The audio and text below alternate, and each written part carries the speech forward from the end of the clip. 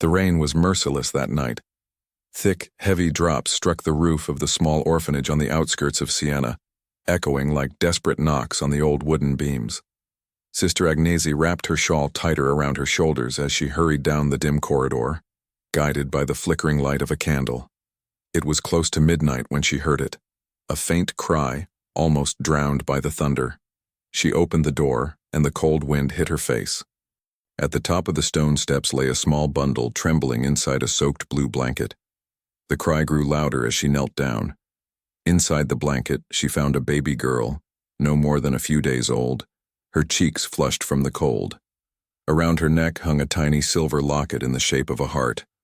Sister Agnesi pressed her lips together, tears filling her eyes. She looked out into the empty street, hoping to see someone, anyone, standing in the shadows. But there was no one, only the storm. She carried the child inside, whispering softly, "You're safe now, my little angel." The following morning, the other nuns gathered around the crib. "We'll call her Sofia," Sister Agnesi said, "because she arrived in the night, with the wisdom of heaven protecting her." Years passed, and Sofia grew up within the stone walls of the orphanage. Her laughter echoed through the halls, chasing away the silence that had long lived there. But despite the warmth of the sisters, there was always a question she couldn't silence. Who left me there? And why? When the other children were adopted, Sofia would smile and wave goodbye, even as tears welled in her eyes. No one ever came for her. By 16, she had stopped asking questions, at least out loud. Yet every year, on the night of the storm, she would sneak into the chapel and clutch the silver locket, whispering into the dark, "One day, I'll find you." Time moved on, relentless. Sofia became a teacher, gentle, patient, and loved by her students. She lived alone in a small apartment filled with books and plants, her life orderly and quiet. But the silence of the nights often brought back the sound of rain and with it that haunting emptiness. Then one morning, as she sifted through her mail, she saw it. A letter. The envelope was cream-colored, slightly yellowed with age. The handwriting was elegant, almost old-fashioned. There was no return address, only her name, Sofia de Rossi. Her heart skipped a beat. De Rossi? That wasn't her surname. She sat down, her hands trembling as she opened it. Inside was a single sheet of paper, written in the same careful script. "If you are reading this, then the time has come for you to know the truth. 40 years ago, on a stormy night, a decision was made that changed both our lives forever. Follow the enclosed address. There, you will find the answers you've searched for all your life." At the bottom, there was a signature, faint but unmistakable. Elena de Rossi. Sofia felt her chest tighten. She had never seen that name before, yet it stirred something deep within her like a whisper from a dream. The letter trembled in her hands. She looked out the window. The sky was gray, and rain began to fall once more, just like that night long ago. She knew what she had to do. But she also knew that once she started this journey, nothing in her life would ever be the same again. What would you do if a single letter could change everything you thought you knew about your life? Tell us in the comments below. And don't forget to like and subscribe for more emotional stories like this one. Sofia spent the rest of the day staring at the letter. She turned it over again and again, tracing her fingers over the ink as if it might somehow reveal more than what was written. On the back she found a small folded paper, the address mentioned in the letter. It was a place she didn't recognize. Vernazza, a small coastal village in northern Italy. The name sounded distant, almost like a memory from a dream. She'd seen photos of it. Colorful houses stacked against steep cliffs, the sea stretching endlessly beyond. A postcard kind of beauty. But now it was no longer just a name. It was the key to her past. That night she couldn't sleep. Every creak of the apartment seemed to whisper questions she didn't want to face. Who is Elena de Rossi? My mother? Someone who knew her? And what decision changed both our lives? By dawn, she made her choice. She booked a train ticket to Vernazza for the next morning. When she arrived at the station, the scent of coffee and wet stone filled the air. The sound of trains coming and going felt almost poetic. as if every journey carried its own story of loss and discovery. She clutched her bag. Inside it the letter, the folded address, and the silver locket she had kept all her life. Hours later, as the train curved along the coast, Sofia gazed out the window. The sea shimmered beneath the sunlight, endless and unknowable, much like her own story. When she finally stepped off the train in Vernazza, a gentle breeze brushed against her face, carrying the smell of salt and jasmine. The village was even more beautiful than she imagined. Narrow streets, pastel walls, and locals chatting in doorways. But beneath its charm, she felt an odd pull, as if the place itself recognized her. Following the address, she climbed a steep hill to a small, ivy-covered house. Its windows overlooked the ocean, and the sound of waves echoed softly against the stone. She hesitated before knocking, her pulse quickening. The door opened slowly. Standing there was an elderly woman with kind eyes and silver hair tied neatly in a bun. "Buongiorno," she said softly. "Can I help you?" I think you might," Sofia replied, holding up the letter. "My name is Sofia. I received this, and it led me here." The woman's eyes widened. She took the letter gently, scanning the handwriting. Her lips parted, as if she'd seen a ghost. "You should come in," she said quietly. "There's much to talk about." Inside, the house was warm and filled with the scent of herbs and old books. Photographs lined the shelves, faces of people Sofia didn't recognize. But one frame caught her eye, a young woman with dark curls, smiling beside the sea. "That's Elena," the woman said, noticing Sofia's gaze. "Elena de Rossi." Sofia's breath caught. "So you knew her?" The woman nodded slowly. "Yes. My name is Lucia. I worked at the hospital where she gave birth 40 years ago." Sofia froze, unable to move. The air seemed to thicken between them. "You mean—" Lucia raised a trembling hand. "Yes. I was there the night you were born." The room fell silent except for the distant crash of waves outside. Lucia motioned for her to sit. "There are things you need to know, Sofia. Things that were never meant to be hidden forever." Sofia's eyes filled with tears. She gripped the locket around her neck, feeling the cool metal press against her skin. "I've waited my whole life for this," she whispered. Lucia nodded, her expression full of regret. "And so did your mother." The truth Sofia had chased for decades was finally within reach, but she had no idea how heavy it would be to carry. Lucia's hands trembled as she poured tea into 2 delicate porcelain cups. The steam rose between them, blurring the lines of the moment, like the past itself, hazy and hard to grasp. "I remember that night as if it were yesterday," Lucia began, her voice quiet but steady. "It was raining harder than I'd ever seen. The hospital was small, the kind of place where secrets could be kept." Sofia listened in silence, her fingers tightening around the warm cup. "Elena de Rossi was only 19, Lucia continued. A beautiful, kind young woman from a powerful family. But she was terrified.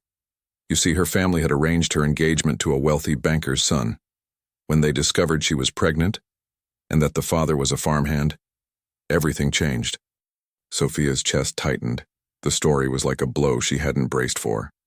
"They locked her away until the baby was born," Lucia said, her eyes clouding. "Her father insisted the child, you, must disappear. He said it was the only way to protect the family's reputation." Sofia shook her head slowly, tears blurring her vision. "So she didn't abandon me because she wanted to. She was forced to?" Lucia nodded. "Elena begged to keep you. She held you all night after giving birth. I was there, I saw how she looked at you. She whispered your name again and again, Sofia. It was she who chose it." The words hit Sofia like sunlight breaking through storm clouds. For a moment, she couldn't breathe. "She named me," she whispered.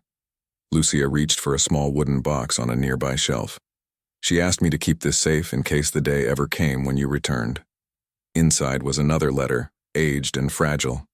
The paper was yellowed, the ink slightly faded, but the handwriting was the same as the first letter. Elegant, looping, unmistakable. Lucia handed it to her. "I've carried this with me for 40 years. Sofia hesitated, her heart pounding. Then she unfolded it and began to read.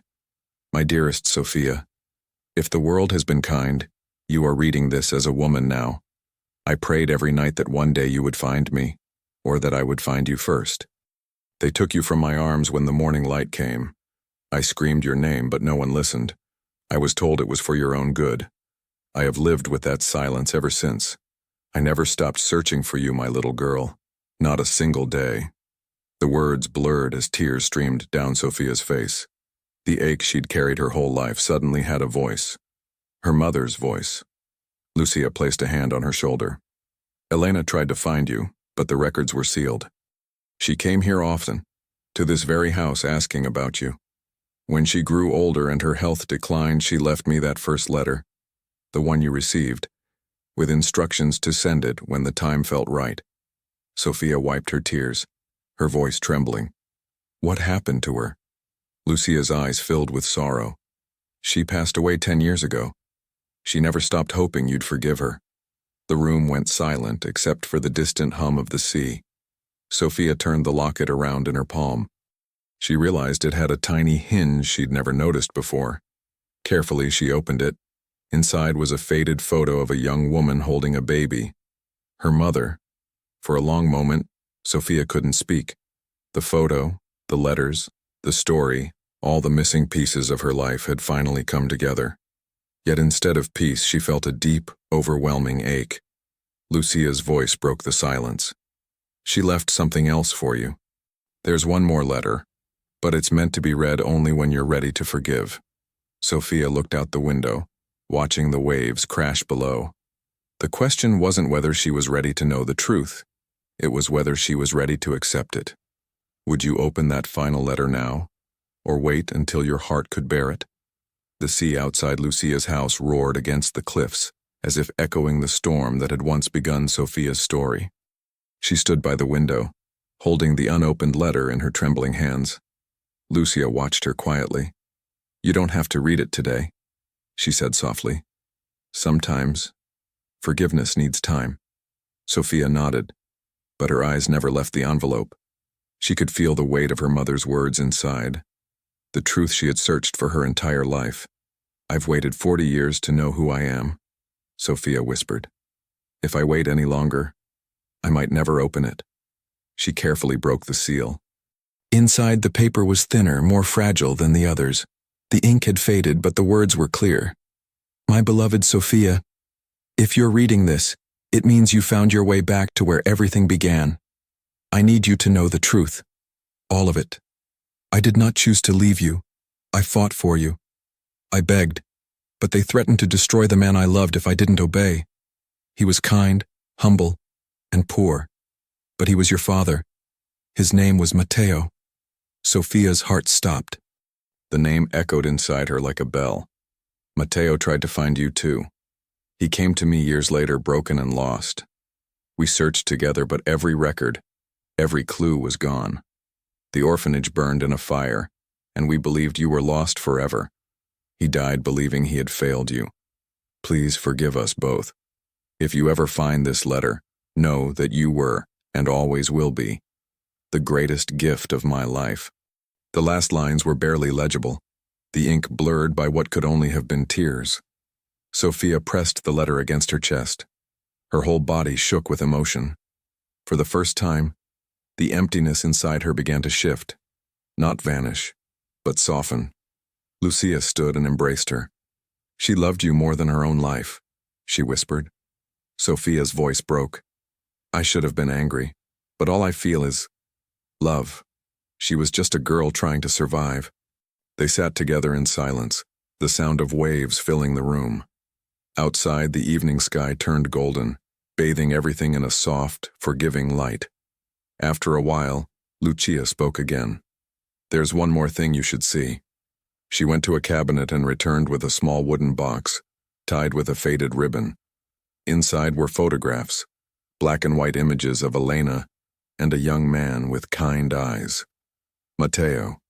In one of the pictures, they stood by a vineyard, smiling like they believed the world was theirs. Sofia traced their faces with her fingertips. They were just kids, she murmured.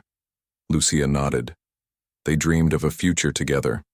But life and family pride took it away from them. Sofia looked up. Where were they buried? Lucia smiled sadly. Just a short walk from here. They're together now. The next morning, Sofia climbed the path overlooking the sea, the wind carrying the scent of salt and rosemary. The graveyard was quiet, framed by olive trees and sunlight. She found their names carved side by side into marble, Elena di Rossi and Matteo Bianchi. She knelt before the tomb, tears falling freely. I found you, she whispered. And now I think, you finally found me too. From her pocket, she pulled the silver heart-shaped locket, the only thing she had ever known about her past. She opened it one last time, looking at the tiny photograph inside. Then she placed it gently on the grave between their names. The wind picked up, brushing her hair across her face, almost like a caress. Thank you, she said softly, for giving me life, and for loving me even when you couldn't stay. As she stood to leave, a single ray of sunlight broke through the clouds and fell over the grave, lighting the heart-shaped locket until it shimmered like silver fire. Sofia smiled through her tears. For the first time, she felt whole. Weeks passed since Sofia's visit to Vernazza, yet the memory of that sunlit day at the graveyard stayed with her like a heartbeat. Back in Siena, the autumn leaves had begun to fall, painting the city in warm shades of gold and red. Life had returned to its quiet rhythm. Classes, students, the echo of laughter down the school corridors. But something deep within her had changed. For the first time, Sofia felt light. She no longer avoided mirrors or the questions that used to haunt her. Now when she looked at her reflection, she didn't see the girl who had been left behind in a storm. She saw the woman who had survived it. One evening, as the sky turned pink over the rooftops, she opened the old letters once more and read them slowly. But this time, she didn't cry. She smiled. There was sadness, yes, but also gratitude. Because every page, every word, had led her here, to understanding, to peace. She decided to frame one of Elena's photographs, the one where her mother was laughing, eyes bright with life, and placed it on her desk. Beside it, she set a small seashell she had picked up from Vernazza's shore, a piece of her past, and a symbol of her journey home. That weekend, Sofia returned to the orphanage where she had grown up. It was quieter now, its walls covered in ivy, the chapel doors half open. Sister Agnesi had long passed, but a new generation of nuns cared for children who, like her, had been left behind by the world. A little girl with curly hair ran up to her.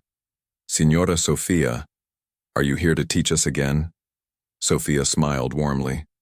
Not today, sweetheart. But I brought you something. From her bag, she pulled a small box of heart-shaped lockets, each one simple, silver, and empty. She knelt down and placed one around the girl's neck. These are for you and the others. So you always remember, love can find you even when you think it's lost. The girl grinned, holding the locket close. Like magic? Sofia laughed softly. Exactly like magic. As she left the orphanage, the sky began to darken and rain clouds gathered in the distance. Gentle this time, not angry. The first drops began to fall, tapping softly on her umbrella. She walked slowly, the sound of the rain a melody she no longer feared. Instead, it felt like a memory, a reminder that storms can take things away, but they can also bring new beginnings.